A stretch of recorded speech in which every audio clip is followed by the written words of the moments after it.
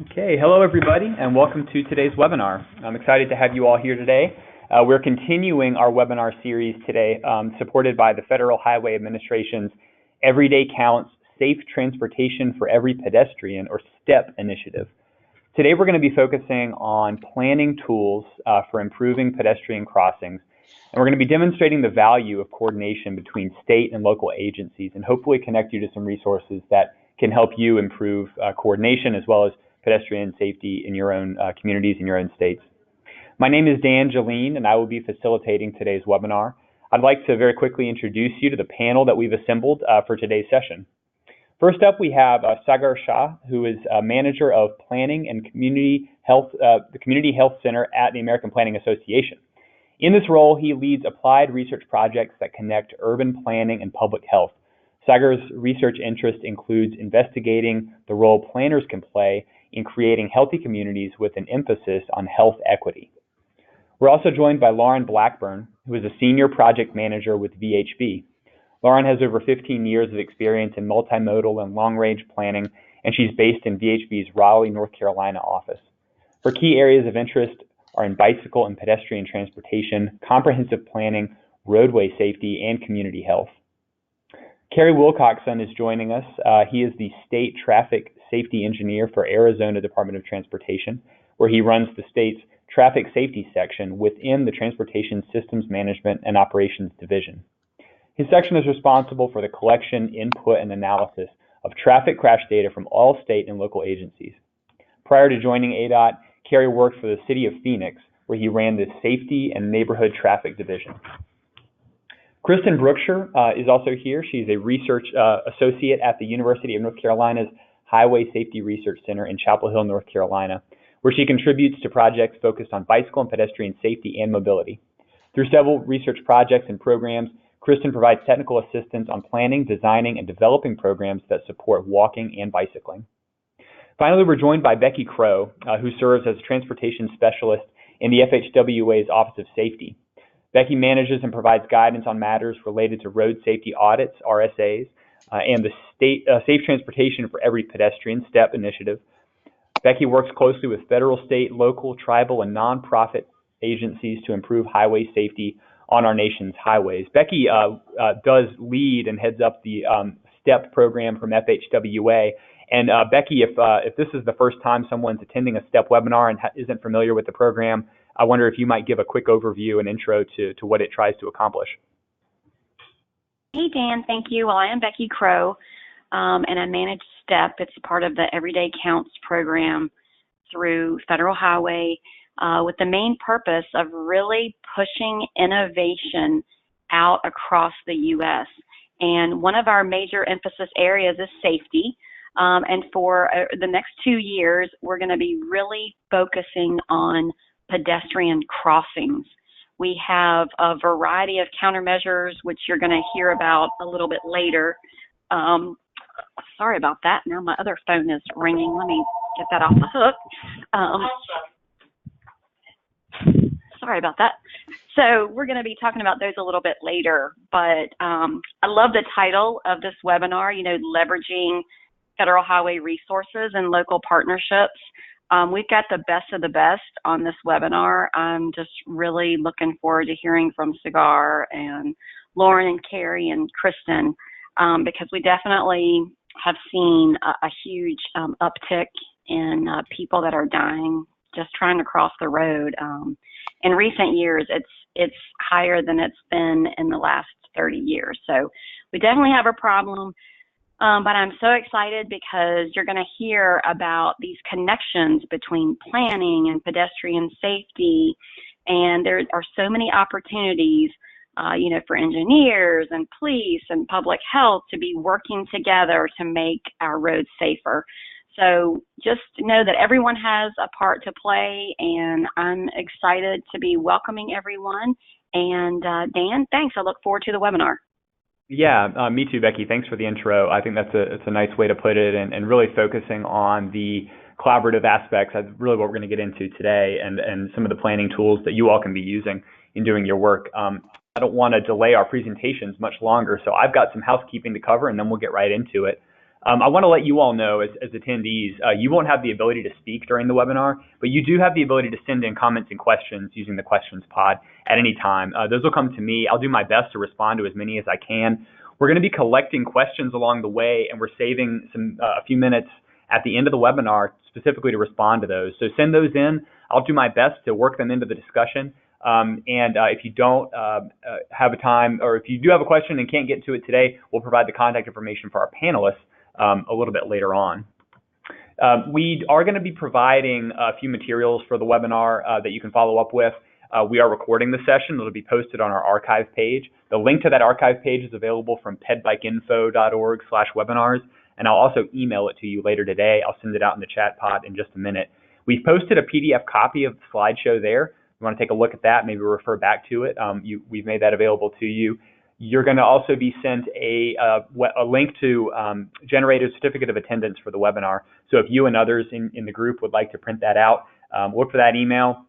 If you receive the email, share it with your small group and make sure that everyone has a chance to generate their own certificate of attendance. We did get approval from the American Planning Association to provide 1 CM credit for this webinar as well. So if you're a planner and used to claiming those credits, you can look it up on the CM event calendar. We've got a lot of other webinars coming up. We've done quite a few on the STEP program over the past year. I encourage you to check out the archives on our website. We are having another session in a couple of weeks all about selecting bike facilities based on a new FHWA guide. So visit pedbikeinfo.org/webinars for more about that. One more thing that I'd like to do before we get started with the webinar today is just to ask for you all to respond to a poll. We're interested in finding out about how many people are out there today. So if you could take a look at the poll, let us know if it's just you attending the webinar, if you've got a couple of friends with you, a larger group maybe. We are just interested in finding out more about how people are attending our webinars. And so I'll leave this up for just maybe 10 more seconds, and then we'll move right into our presentations.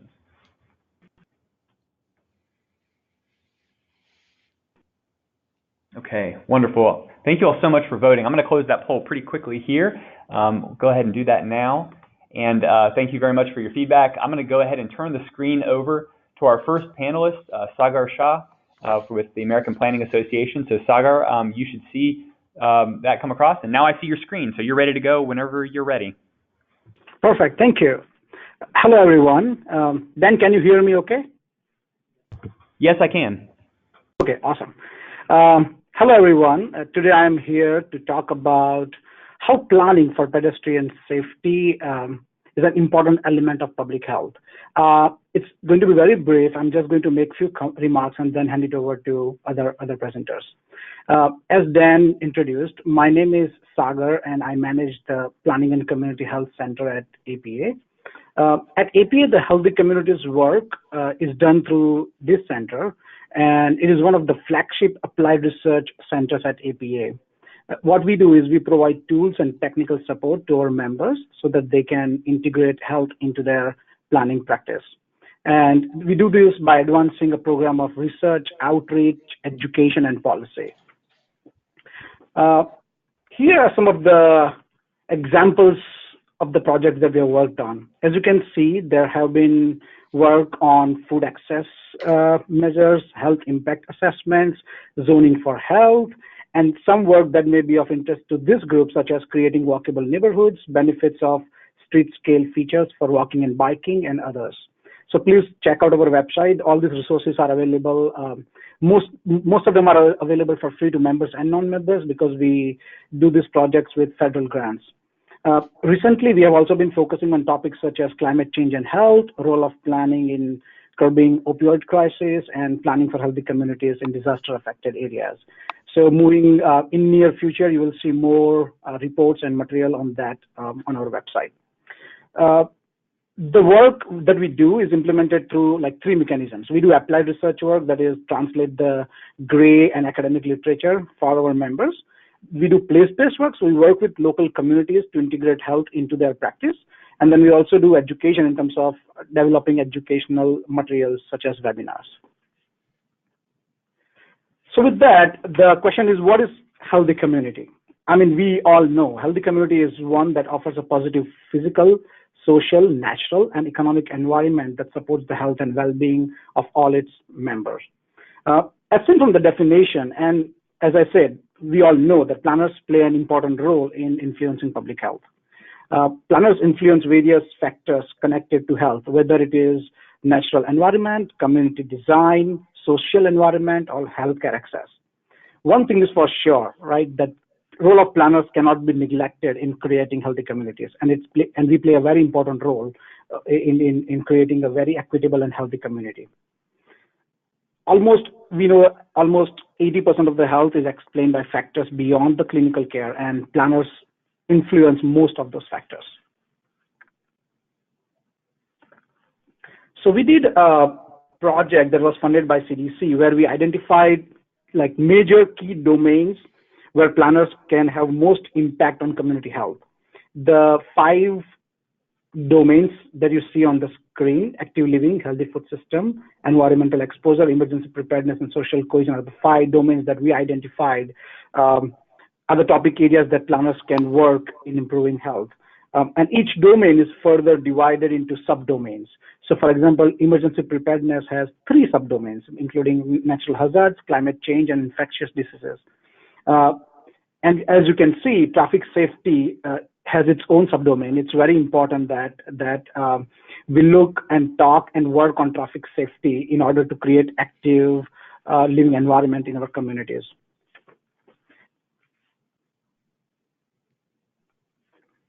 Now, the connection between health and pedestrian or traffic safety is quite evident. It doesn't need a theoretical background. It's very, very evident from the data. Pedestrian injuries and deaths should be and are viewed as critical public health issues. As you can see from this graph, the pedestrian fatalities went down till 2009, but has picked since then. And it is a major concern. There may be various factors, including technological changes and etc. But yeah, it's a point of concern for all of us working in this field. If you look at the work of national organizations national organizations focusing on public health, such as American Public Health Association or National Association of County and City Health Officials or Association of State and Territorial Health Officials, ASTO, you will see that they all understand the connection between pedestrian safety and health and are trying to create more and more tools for their members to create safe environments. So they are with us, they're right there basically to help us and to collaborate with. So as part of my job, I interact with a lot of people with public health background, and I would say that they are very much interested in cross-sectoral collaboration. And they understand the importance and the importance of pedestrian safety. Pedestrian safety can be like one topic where not only planners and public health professionals, but professionals working on built environment and health can come together to improve health and decrease fatalities.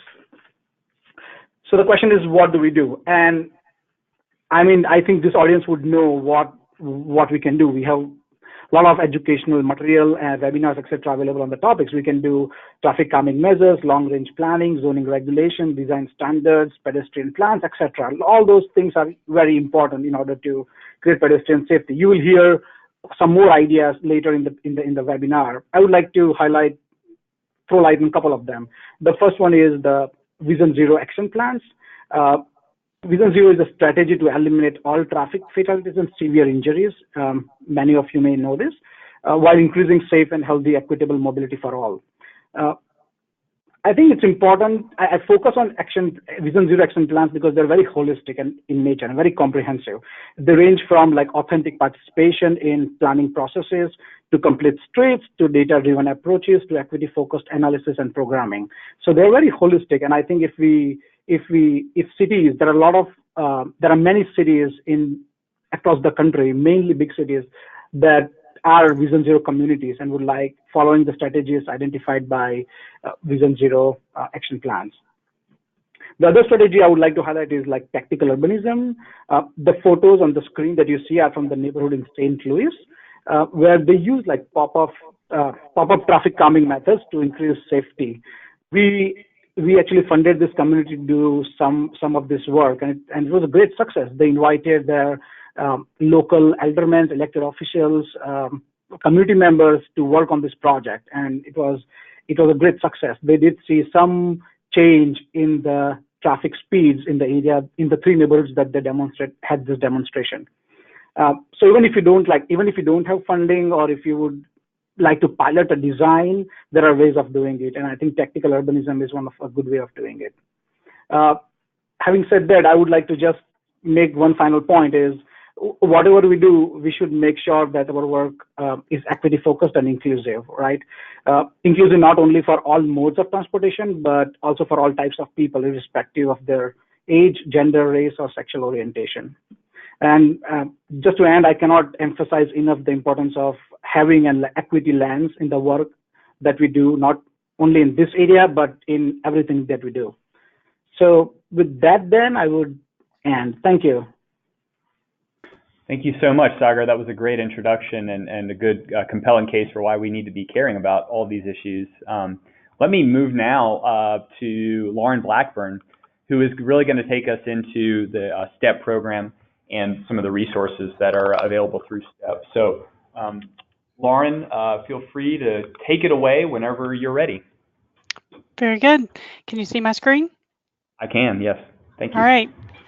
Well, thank you both for the introduction, and Sagar, I think that was a really helpful way of framing some of these issues, because as you noticed, there have been a very dramatic increase in pedestrian fatalities over the last several years in particular, and it started, multiple years ago, but just tracking over the last 3 years of data that we can track US-wide.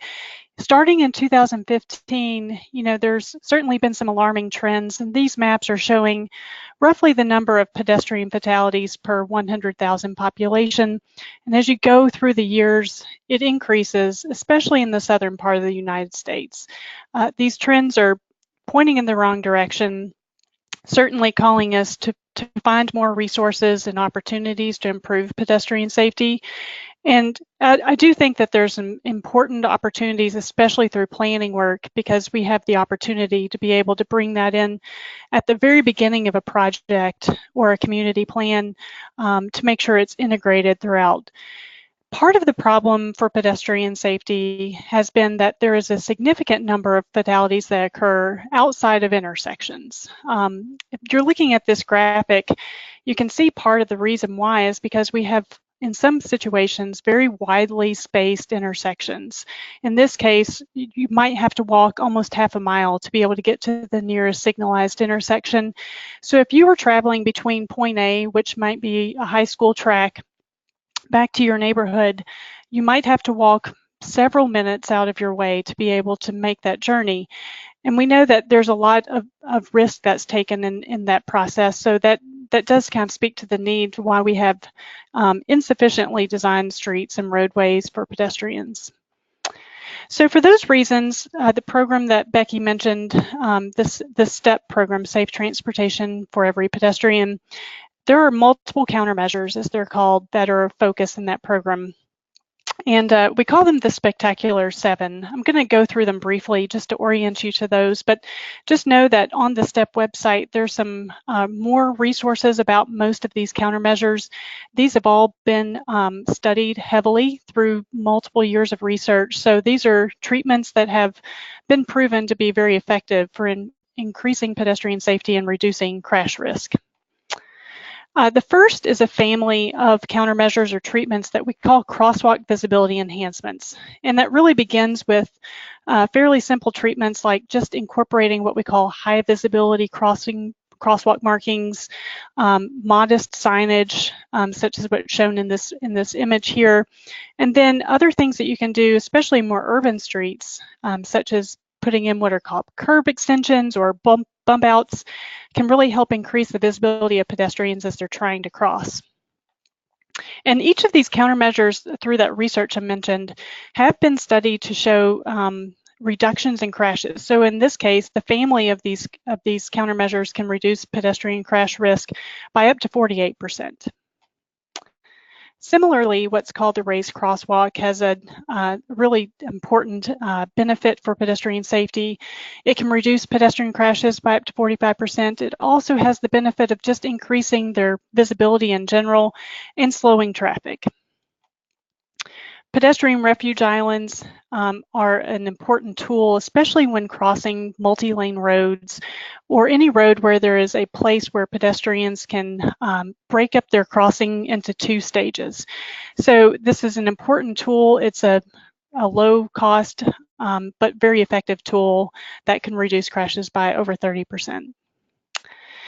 Other tools might be more important, especially where you have higher volumes of pedestrian crossings, or maybe the volumes of traffic or speeds or such that just putting in a marked crosswalk is not going to be sufficient to improve pedestrian safety. The pedestrian hybrid beacon, sometimes that's called a hawk signal, has been an important tool. It has an impressive ability to reduce crashes up to 55%. And these are something similar to a traffic signal, where it goes through a series of phases to control traffic. When it's activated by a pedestrian, it goes through a series of these phases. And, you know, I won't have time to be able to go into a lot of detail, but if you have more questions about any of these countermeasures, I'll have a link to a resource where you can learn more and download some tech sheets. The road diet has been one that's been studied many years. If you can look at it from the typical cross-section of a 4-lane, converting it to a 3-lane, and incorporating other countermeasures such as the refuge island and signage, it could really have a strong positive impact on pedestrian safety, but also has the benefit of slowing traffic, reducing crashes for all types of vehicles and motorists and pedestrians and cyclists. And it can also provide an opportunity for other features like bike lanes. The rectangular rapid flashing beacon is a countermeasure that has been brought back through federal highways through an interim approval process, and that's something that you would work directly with your state and the Federal Highways Administration to be able to execute. But these have been shown to have an important reduction on pedestrian crashes while also increasing the yielding of drivers at crosswalk approaches. And then lastly, there is a new countermeasure through the EDC Round 5 program called the Leading Pedestrian Interval. You may have seen these, especially in cities where there's heavier pedestrian traffic, and these devices are installed at intersections where the pedestrian signal is given to the pedestrian to give them a head start, 3 or more seconds to be able to get into the crosswalk, so that drivers see them before they enter the crosswalk and give them more opportunity to cross safely. There is guidance that has been developed, and it's available on the STEP website, that you can walk through 6 steps to learn more about how to apply these to pedestrian safety. I'll quickly go through those, and they all start with the plan. You know, by developing a pedestrian plan, like Sagar mentioned, you can apply data to help understand and describe the process and the problems that you have in your community, and engaging community members to learn more about what they're seeing and experiencing. The data analysis can also help identify the crossing types so that you can identify if you want to look at it from a crash history perspective. Sometimes those are called hotspots, or you might want to develop a more predictive analysis approach where you're looking at crash risk factors and you're applying that to your whole network to identify areas that you want to prioritize maybe before a crash has occurred. Other techniques can help identify the crash types in particular that might lead you to important countermeasures to incorporate into the process. And so these are also great opportunities to engage the public. The feature of the guidance called the Guide for Improving Pedestrian Safety at Uncontrolled Crossing Locations are a series of 2 tables. The first table walks you through a number of these countermeasures and helps you identify the best features or the best options for your roadway type. And it connects back to research that was done in 2005. It's the name of the title of it is Safety Effects of Marked versus Unmarked Crosswalks at Uncontrolled Locations. Sometimes that's called the Zagier study after the primary author, Charlie Zagier. And that guidance, it identified some conditions where a marked crosswalk alone is not sufficient for pedestrian safety, but this new guide has taken it one step further in identifying countermeasures that might be appropriate. So you would look at your roadway, looking at the number of lanes, the speed limits, and the volumes or the AEDTs for those roads. And let's say you're looking at a higher volume, higher speed, multi-lane roadway. That gives you a list of options that you might want to look into further when you look at the key within that cell. We also have a table that's talking about it from more of a behavioral standpoint. If there's excessive speed or maybe a history where pedestrians have been hit because the driver is not able to see them in advance. These countermeasures also have been tracked in this table to help show you where they might be more appropriate given the context. So given those exercises, you can walk through that, and then it can help lead you to other opportunities, like how you want to reach out to the state DOT and see if there's an opportunity to incorporate it into their safety program.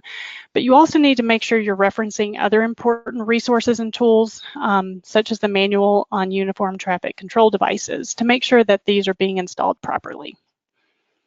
The funding, of course, is going to be really important, and the implementation, and can't emphasize enough the importance of evaluating the effectiveness ongoing. So that's a brief introduction to the STEP program and some of the resources. I'd strongly encourage you to reach out to Becky, and her contact information is shown on the left here. Peter Unn is also an important contact. He's with the Federal Highways Resource Center. He's out doing workshops for STEP often. And the link at the bottom here is the link to the webpage where most of these resources can be found. And if you're looking for it, you can put in your search engine the STEP Office of Safety program. Thank you very much. Thank you very much, Lauren. We're going to now take a trip to Arizona and visit Carrie Wilcoxon, who's going to share what Arizona's been doing to sort of apply these tools and coordinate with local agencies. So Carrie, you are all set to go. Please go right ahead. Thanks, Dan. Can you all see my screen and hear me okay? Yes, we can. Great. All right. So thank you all for attending, and thank you for the invitation, actually. I have the privilege of having a lot of experience with working with not only engineers, but with planners from both the state and the local level. And this kind of this program or this presentation will really kind of go over all of that. But just to get right into it, if you look at where Arizona is nationally, and this is relatively old data, this is 2011 to 15 FARS data, we were ranked 10th with 143 pedestrian fatalities on average over that 5-year period. Now, things have changed, and I'll get to those numbers now, and they've actually gone up quite dramatically in the last few years.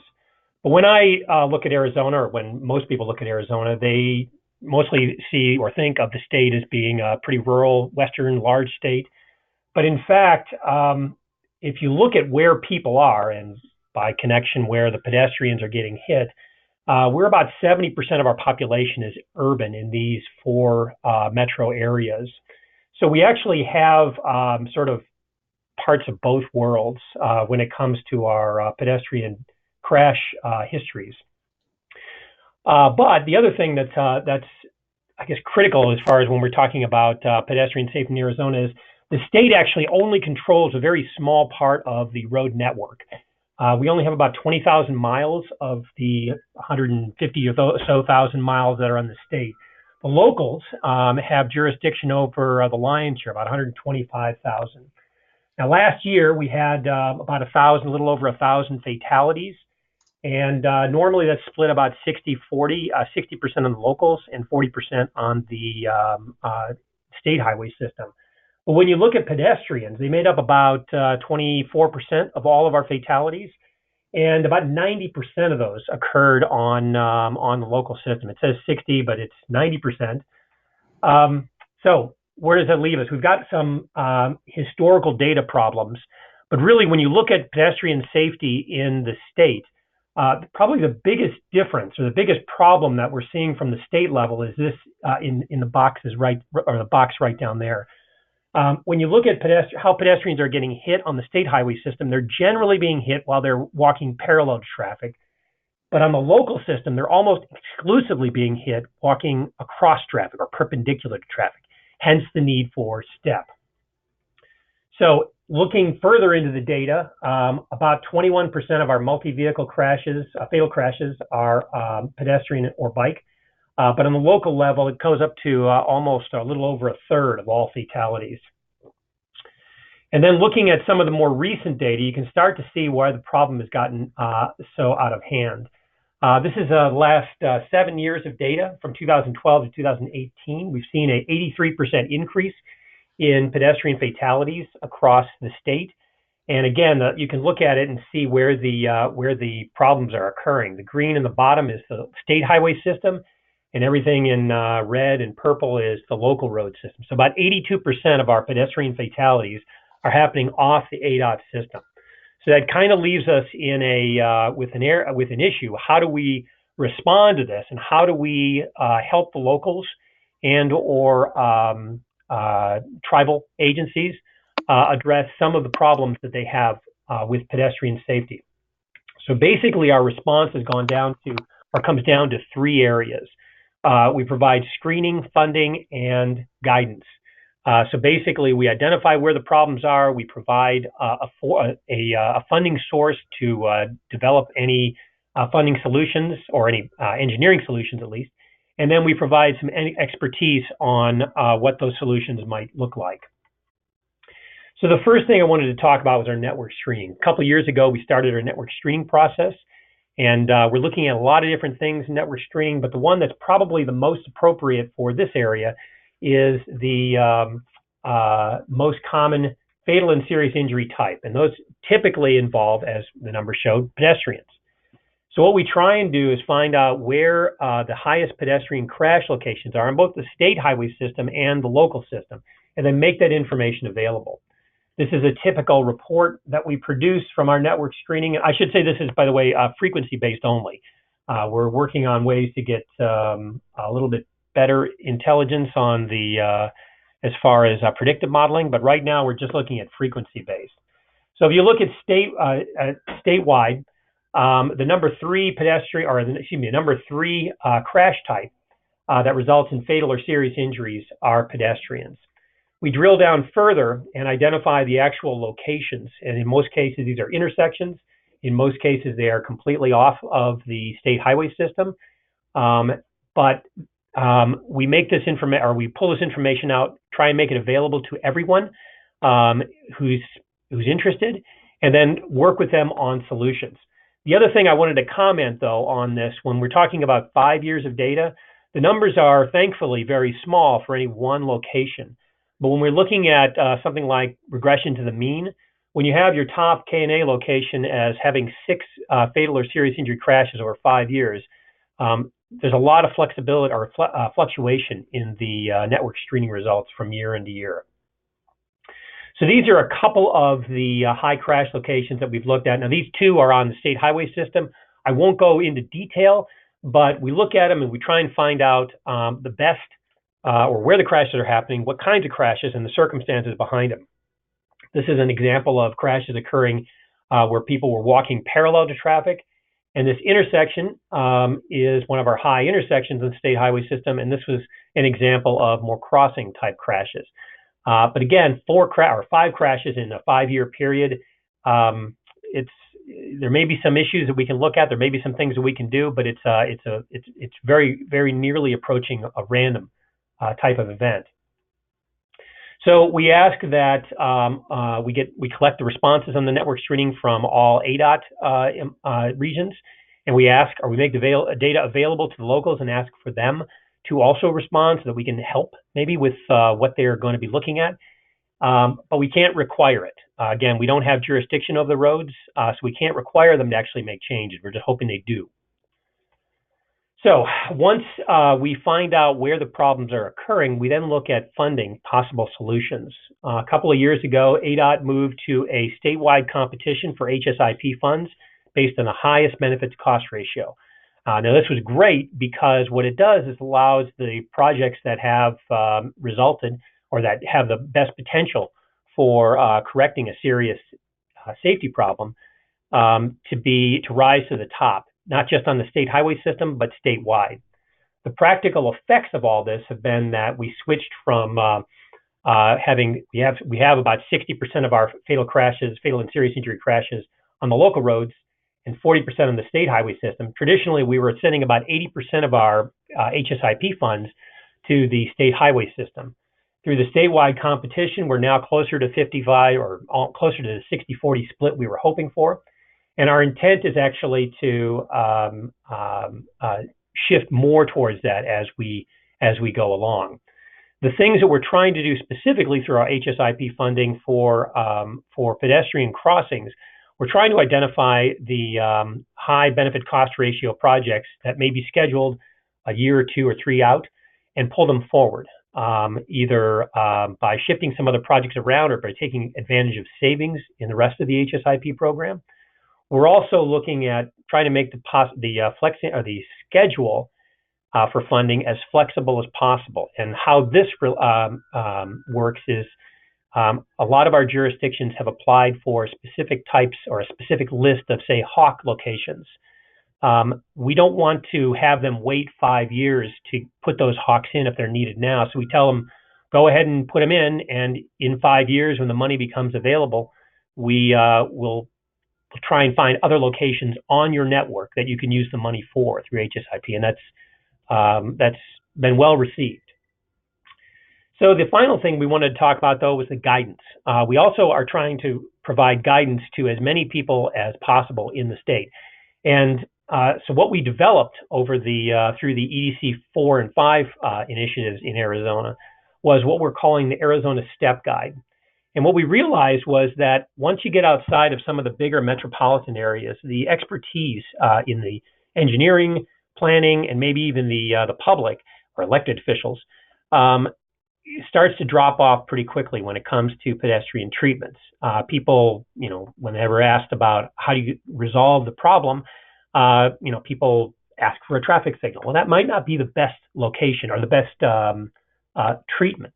So what we wanted to do is develop a tool that was Arizona specific and that provided some practical design information for proven safety countermeasures, the Spectacular 7 that Lauren mentioned. Our website, our tool also includes state laws. How do we define a crosswalk? Our standards and best practices, and example installations. So the website is public facing. When it goes up in early May, it will look like this, where you have various, you have the introduction, you'll have just kind of an overview of the processes, and then you'll start to see a selection of what kind of road you're looking at. If you're looking at a 3-lane roadway without a raised median, you'd then click on that and it would take you to this page, which shows the flow chart. This is basically the same thing as the National Step Guide or the PedSafe, just making sure that it's a little more visual maybe for maybe someone who's not an engineer. You would then look to your specific example, which is in this case is posted speed limit below 35 or 35 miles per hour.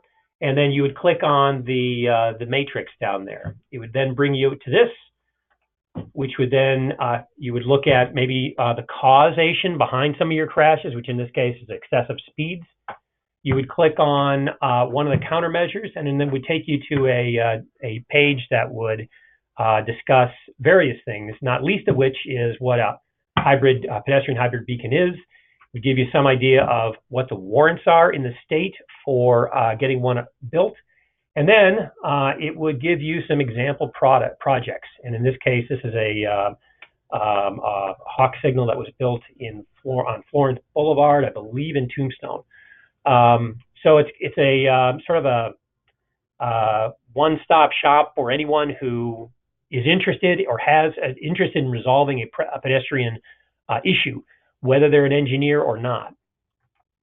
The intent is to provide easy decision tool for non-experts, engineers, planners, or elected officials.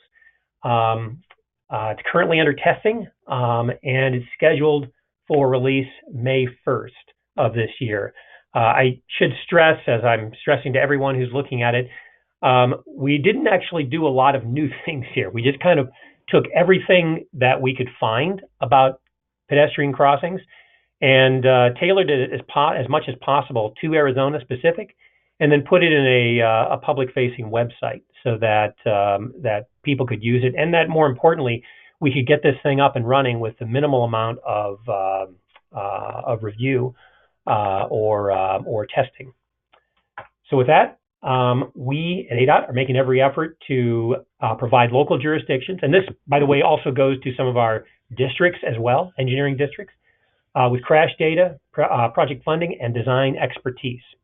So with that, I will turn it back over to you, Dan, and carry on. Okay, thanks so much, Carrie. We are going to continue here with a bit of a preview of a new feature that's been added to PedSafe that you all might want to take a look at. Kristen Brookshire here at HSRC is going to give us a quick tour. So, Kristen, you're all set and ready to go. All right, thanks, Dan. Hopefully PedSafe and BikeSafe are tools that you maybe are already familiar with. They've been around for a while. PedSafe was last updated in 2014. But as part of the STEP project, we made a small update to PedSafe that operationalizes one of the tables that Lauren showed you all, the one that has different lane configurations, AADT, and speed. So if you go into the PedSafe section of the website, there's lots of good, if you have time and haven't explored here before, you can look at the guide section, which has some good background information. There's case studies, and then there's also a full countermeasure list. This has 67 different countermeasures in here that you can read all about. But the addition that we made to the PedSafe tool is focused on the step, directing you towards the step countermeasures that Lauren highlighted. So I'm going to go to the tool, which is up here on the top. So first, this walks you through the steps for the tool. I'm going to just click through, put in a sample street name here. And so STEP, as part of EDC4, was focused on improving safety at uncontrolled crossings, and that's the performance objective that we added right here. So if you're using this tool for any location in your jurisdiction, you can search by the performance objective, or if you know the crash type that you're trying to address, you can click one of the crash types, and anything you click here will lead you to a set of questions that will help narrow down that big list of countermeasures for you. But if you click this new performance objective, improving safety at uncontrolled crossings, you have a more targeted list of questions that are looking at directing you towards the step countermeasures. So hopefully you can maybe pick a community or a road in your community that's, let's say, 4 lanes without a median right now, maybe the middle category for AADT and the middle category for posted speed limit. And then what you see here, this first section are countermeasures that you should always consider. Doesn't mean you need to put them all in, and of course you're still applying engineering judgment. But given those conditions that we selected above, they're repeated up here in the gray box. These are ones that you should always consider. And then the next bucket are ones that should also be considered. And then always implement with countermeasures listed above. Lauren had mentioned the family of countermeasures, the first one that she presented, that was crosswalk visibility enhancements. So anytime you're putting in something up here, we want you to be considering the high visibility crosswalk markings, improvements to lighting and illumination, and then parking restrictions. So each of these countermeasures is an active link you can click on to read more about the countermeasure, and we have new language in here for all of the PedSafe countermeasures. And I guess when you unbundle that family that Lauren was talking about, I think it's 11 countermeasures, even though she mentioned the fabulous 7, but we have that family. So you have background information on the countermeasure, some new images, and then considerations and cost information. Yeah, I hope this is something that's useful to you all. The table and the guide is a great place to start, but if you want something a little bit more interactive, then coming to the PedSafe website and clicking through the tool is something that you should consider. Great. Thank you so much, Kristen. And I just sent the link to PedSafe and BikeSafe. So you can find this tool. I hope you'll consider using it. Take a counter or a crosswalk in your community that you're aware of and where you can collect this data and play around with it and see what comes up. And it might be a countermeasure that you have not considered up to this point. I would like to transition us to our Q&A period. We got some good questions that came in, and I'd like to take a moment to ask our panelists to weigh in on them. Sagar, the first question is one for you, and this alludes to something that some connections you made in your presentation where you connected safety and health. And I thought that was a really important connection to make. And there are some folks asking about if we've seen strong partnerships that have formed around traffic safety and pedestrian safety in particular with public agencies like transportation departments, as well as the health departments that are maybe working within those same cities or within those states. And I wanted to ask if you could talk about strong partnerships and the value of those between health agencies and transportation departments. Yeah, sure. Why not? So if you're talking about health and planning, I think if we talk about any type of interventions for public health, we're talking about cross-sectoral collaboration, especially with planners and agencies and other professionals working at the intersection of built environment and health. Talking about the first point that you raised, Dan, about giving an example of strong partnership, the one example or case study that comes to mind is San Francisco. I know it's a cliche to talk about California, but I think that comes to mind as my first example, where what happened was they did some analysis in terms of traffic fatalities and seemed like they identified hotspots, etc. But it seemed like and I mean, Carrie did allude to this one. Basically, the fatalities were undercounted because not all were counted. So they looked at police reports and it didn't work. So what happened was the public health department, the epidemiologist working at the public health department started like web service or an app where people can identify, like crowdsourcing the type of fatalities, etc. And now he's trying to. What they're doing is basically the public department is trying to make it more rigorous and go away from crowdsourcing and maybe use some other channels to populate the data there to get a better understanding of them. The biggest the strongest collaboration can be in terms of data sharing, I think, when it comes to planners and public health professionals. And I think San Francisco is also looking into formal data sharing agreements with Department of Transportation, Planning Department, etc., where they can share the data. Regarding cross-sector collaboration, as I said before, it's a very important aspect. We have been working with other national organizations such as Park and Rec Association, Real Estate Developers, APHA, Public Health Association. We've been working with USGBC, etc., to create type of toolkits, etc., for increasing cross-sector collaboration to create healthy communities. Hope that answers the question. Yes, no, definitely. Thank you so much. That's a great call for better collaboration between these agencies. There are a number of questions that are coming in about the issue of accessibility for individuals who are maybe using wheelchairs or have low vision. And I wanted to ask Lauren Blackburn. We don't specifically call out with none of the countermeasures specifically say accessibility is the primary focus of that particular countermeasure, yet we know that we need to prioritize accessibility in any of these treatments for pedestrian crossings. And I wanted to ask you how the issue of accessibility is addressed within STEP, and if there are specific resources that might be out there to help people ensure that they're meeting accessibility goals as well as improving safety. Mm-hmm. Well, I think if you get a chance to download the guide that we've been mentioning, you'll see some references to accessibility, and effectively what it's saying is that, in all cases, it's important to research and to contact either your state DOT or, whoever at your local agency level is responsible for accessibility questions, that they would be the best resource to address that.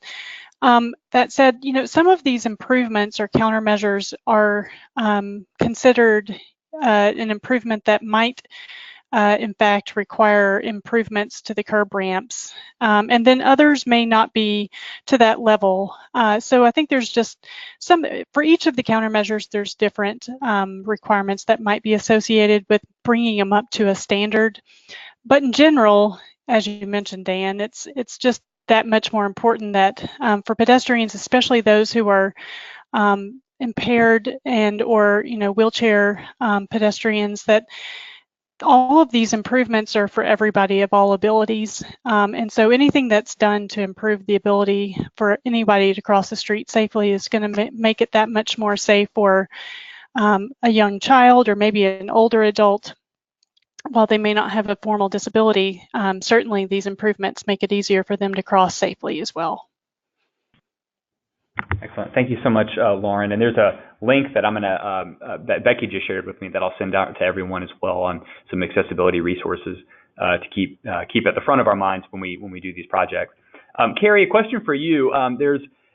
You really did highlight the importance of that state-local coordination on a lot of these projects, and there was a question that came in about whether there might be conflicts that arise when a state project might closely align with or overlap with a local project, and when there might be differences between, say, a local agency's requirements or guidelines for when to install a pedestrian hybrid beacon and what the state has as its own guidelines. So I wanted to see if you could maybe use that case example to talk about arriving at a middle ground when a state is working with a local agency, the design guidelines are different. How does that fit into STEP and what you're trying to do for pedestrian crossings?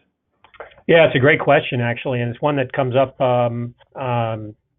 surprisingly often. The jurisdictions are usually pretty clear on the roadways, but ultimately, we have state highways that go through communities that are, using the road. And, as far as the people who use those roads or live in those communities go, they don't really know the difference between a state road and a local road. So when conflicts come up, and they will often come up in the threshold for when to apply certain countermeasures, or even if to apply certain countermeasures, what generally happens is the state will try and basically design to their standards if it's their road, and we'll get pushback from some of the locals. And I say pushback, it's not a negative thing. It's something that's we really rely on, because we don't often know or always know what how the road is being used or how it is interacting with the community.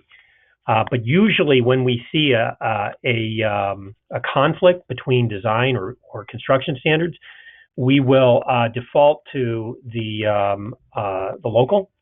But there's almost always I think a pretty healthy discussion that goes on about which standard is best and or what to apply and when. And that's kind of a vague answer. I don't have any specific examples, but we did a project, a federal project that was funded through our HSIP program for a road diet a number of years ago. And one of the things that came up in that area or in that project was the conflicting needs. The community wanted the road dieted to slow speeds down, and it's certainly a valid reason to do a road diet.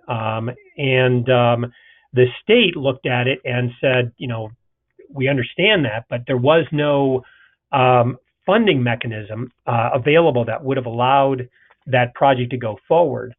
And there was no safety problem until a few years later, when we actually had a double fatality, pedestrians trying to cross the street. And it was only at that point that we were able to actually apply the funding, pedestrian funding, which, I don't want to use that as a an example of how to do it going forward, but that was a case where you had conflicts of how people wanted to use the road. And it was only after there was a tragedy that funds were able to be made available to actually do the work. Thanks so much, Carrie. I think that's a really good practical experience that you have to share there on that issue. I have one last question I think I want to kick to Lauren Blackburn and maybe Becky too, if you want to share your thoughts on this. I think when we look at the step table, we see that one of the primary risk factors that leads us to determine our required countermeasures is speed. We look at posted speed, but obviously we want to consider also what the operating speeds are. But the question that's come in is about what are the goals of our countermeasures to actually reduce speeds? Can we treat crossing safety by reducing those speeds, and then maybe we have a safer crossing overall, fewer risk factors, and it might be easier for us to treat with some of these other maybe lower cost countermeasures. So the question, I guess, is can speed management be a countermeasure? And if so, what sorts of step countermeasures might help us accomplish that goal of reducing speeds? I can give an idea, and Becky, if you have anything you want to add, that'd be great. I think that, basically what they might be getting at is certainly while this table is based on the assumption that we're looking only at posted speed, if the actual operating or the actual speed is reduced, that does, like you said, Dan, give the opportunity to look at other countermeasures that might be more cost effective, and bringing the street to a context where it's just generally more walkable. So I think when there is a speed, when you have the opportunity of reducing speed either through speed management, enforcement and then certainly you can give a look at the other countermeasures in those lower speed categories, because that's just going to make it that much more safe for pedestrians when vehicles are traveling at a much slower speed. And just to follow up on that, when we were developing some tools through our speed management program at Federal Highway, they actually used a lot of the steps countermeasures, the Spectacular 7, in that speed management program. So I would just encourage everybody just a quick Google search FHWA speed management, and you can get your hands on those resources. But I think somebody was reading my text, because I got a text from somebody that just sent me a graphic with the 20 mile per hour, 30 mile per hour, and 40 mile per hour signs. And under the 20 mile per hour, 9 out of 10 pedestrians survive. Underneath the 30 mile per hour, 5 out of 10 pedestrians survive.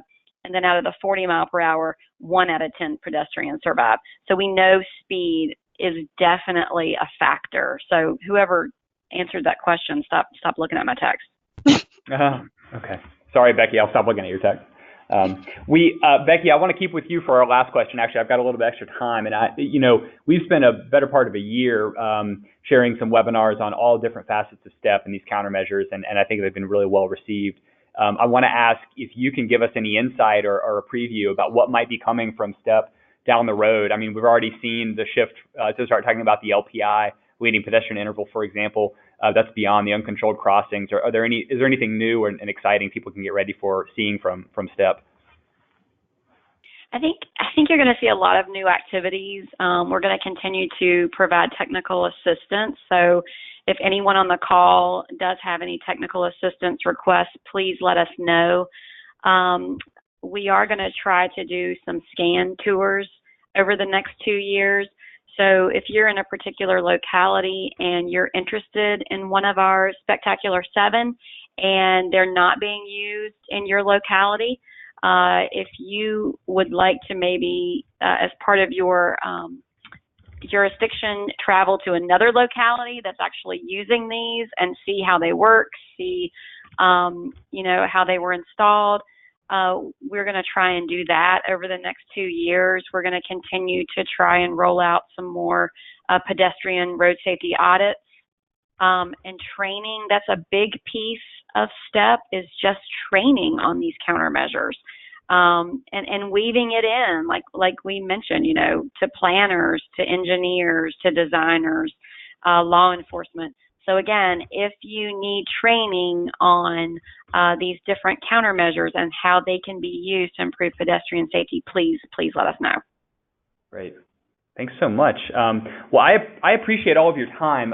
We are nearing the end of our discussion period. I do have contact information for each of our panelists up. I hope that you'll be able to reach out to them if you have other questions we weren't able to get to. I know there were a few of those, and I hope you'll keep an eye out because we'll put some more sessions together and hopefully bring the latest and best information that's coming out of the STEP program directly to you all in these settings. I think it's been very valuable to do that.